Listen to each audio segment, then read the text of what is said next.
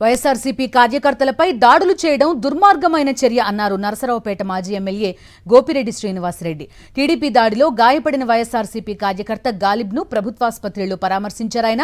దాడి చేసిన టీడీపీ కార్యకర్తలను వెంటనే అరెస్టు చేయాలని డిమాండ్ చేశారు. గెలిచిన వారు మంచి పరిపాలన అందించాలి తప్ప దాడులు చేయడం పిరికిపంద చర్య అని విమర్శించారు. పమిడిపాడు, యలమంద గ్రామాల్లోనూ కొందరు టీడీపీ, జనసేన నేతలు తమ పార్టీ కార్యకర్తలే లక్ష్యంగా దాడులు చేస్తున్నారని ఆక్షేపించారు. ప్రజాస్వామ్యంలో వ్యక్తిగత దాడులు మంచి పద్ధతి కాదని హితవు పలికారు.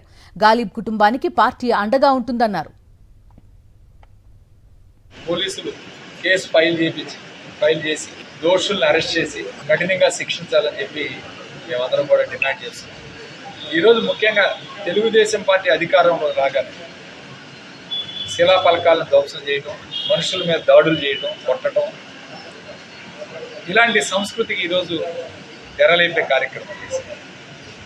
రాష్ట్ర వ్యాప్తంగాతో పాటు నర్సరావుపేట నియోజకవర్గంలో కూడా ఈ విధంగా అటు మౌడిపాడు గ్రామంలో కానీ, ఇటు యలమంద గ్రామం, మౌడిపాడు గ్రామంలో ట్రాక్టర్ తగలబెట్టడం తీవ్ర బాధాకరమైన అంశాలు.